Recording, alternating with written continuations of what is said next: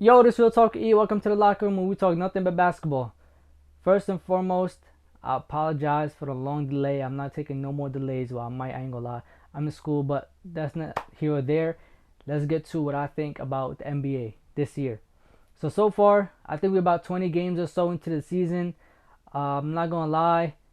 It's hard watching all games, but there have been some games I'm watching, and I do have some predictions. First prediction, Lakers still ass. Not going nowhere. It's the same thing. I mean, I'm not going to lie. I want to root for JJ Redick so bad. Cause I like JJ Redick and I love his podcast. And I was really like a big fan of him before he became a coach. And I was rooting for him to win. And they still have a lot of time in the season. Don't get me wrong. It's an 82 game season. But I just don't think the Lakers have anything that's different from last year. It's like, okay, they got Bronny, they got LeBron, they got AD. I don't even know why I said Bronny name first, like he's a big factor or something. It's the same thing, but it's like the thing with the Lakers is I don't know what's missing, what is like going on. I see a lot of people saying, like I saw Jeff Teague say that it might be because LeBron James doesn't trust D'Lo, and that might be a factor. But honestly, I thought JJ Redick was gonna bring something to the Lakers that just they didn't have before because he's a player. You know, he knows what to do. Back then, everybody was saying, "Oh, they're missing threes. They're missing threes." I thought JJ Redick could find a way to bring that, but he didn't. And they started off the season so hot. It was like 3-0. They beat the Suns. I thought they were gonna go on a crazy streak. I thought maybe they'll start the season like I don't know 6-4. I thought by now, I think we've hit the 20 game mark. If not, then I apologize. But I think we should have been like 12-8, maybe like 14-6, 15-5, maybe, you know, something like that. But it just that's not what happened. And I thought like I don't know, man. I just don't know what I expected. I expected them to be great. I guess like I thought JJ Redick would bring something, especially when he had the podcast with LeBron and they were like breaking down plays. I was like, okay, maybe they have something in common. They know how to like understand each other. There's something there, but like once the season started, it seemed like there was nothing there. AD, I'm not gonna lie to you. This year, Anthony Davis been amazing. I'm not gonna say nothing bad about him. I'm not gonna say AD's been doing bad because this year he's been doing great. I'm not gonna lie. AD's been balling. It started off the season super hot, and his defense is amazing. He's hooping at a very high level. I think AD is gonna be maybe top five. Not even maybe. I think AD is gonna be top five in MVP uh, voting. Now, second prediction: Jason Tatum MVP. I said it. Jason Tatum is gonna be the MVP this year, and I don't care if you like him, if you don't like him. I don't care if you like the Celtics or not. There's no way Jason Tatum is not gonna win the MVP. Even when he went on Jeff Teague's podcast, I know this is like the second time I mentioned him, but I ain't gonna lie. After JJ Redick became the coach of the Lakers, it feels like Jeff Teague might have the best podcast right now. Am I lying? But they asked him, "What do you want to win like this year? What do you want to do? What is there left for you to accomplish? You're a young player, da da da." And of course, he said the obvious: "I want to win a championship, da da da." You know, every player want to win a championship. But what else do you play for? But yeah, I mentioned MVP, and he mentioned it in a way where it's like, okay, like it's cool. Every player want to mention it. That you know how Jason Tatum be like, he's not mad nonchalant and shit. But I think he's going for the MVP this year. I'm not gonna lie to you. It's like the only thing left I think he needs that he hasn't got. And we've seen it with Steph Curry. He got the MVP. He got multiple championships. Da da da. Everybody's like, oh, he needs a Finals MVP. Finals MVP. Jason Tatum has all that. All he needs is a regular season MVP. That's it. And I think he's going for it. I'm not gonna lie to you, especially after the Olympics and what they did to him and not let him play and what that was terrible. I don't think Jason Tatum is gonna come back this year and go through the whole year and not get MVP. It's just not possible. I don't think it will happen. And I'm willing to bet with anybody, bro. I'm telling you, Jason Tatum MVP this year. And if not Tatum, it's gonna be Jaylen Brown. Watch. And I don't see nobody else playing as good as the Celtics. I don't see nobody else playing as good as those two right now.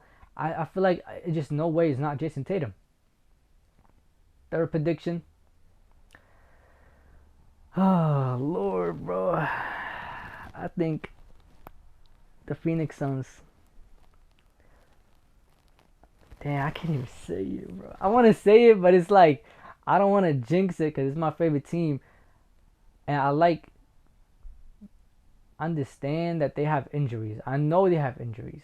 I know they're injury prone. I know that they're gonna like be out for so many times. I know the top three guys are not gonna play together for a huge part of the season. I feel it in my heart, but some reason I feel like this year is different. I think I'm not ready to say that the Suns are gonna win a championship yet, but I will say the Suns will have a deep playoff run, conference finals, conference finals. If all are healthy in the conference finals, and depending on matchups, and depending on if we trade for a big by the deadline, I might say the Suns win a championship this year. But I give them a ticket to the conference finals right now. I'm not going to lie. Especially if KD is healthy, closing out like how he was in the beginning of the season. There's no way, bro, that they don't go to the conference finals. But I will say Devin Booker has been letting me down lately. Started off the season cool. Had a couple off games. I think Bradley Beal, I think he's doing what he can. I don't think Beal is doing what I expected from him to come and do on the Suns. But I was also the same person who said this won't work out. I still kind of think it won't work out. They need defense. They played against the Kings 2 times in a week, and the Kings went crazy on them. I think they put up 127 on the Suns 2 times.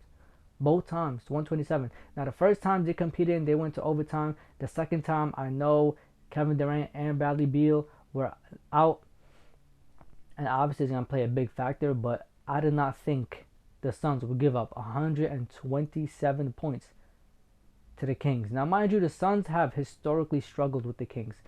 De'Aaron Fox will come and he just goes crazy on the Suns. We've seen Harris Barnes. Is that even his name? Word 2? I definitely forgot his name.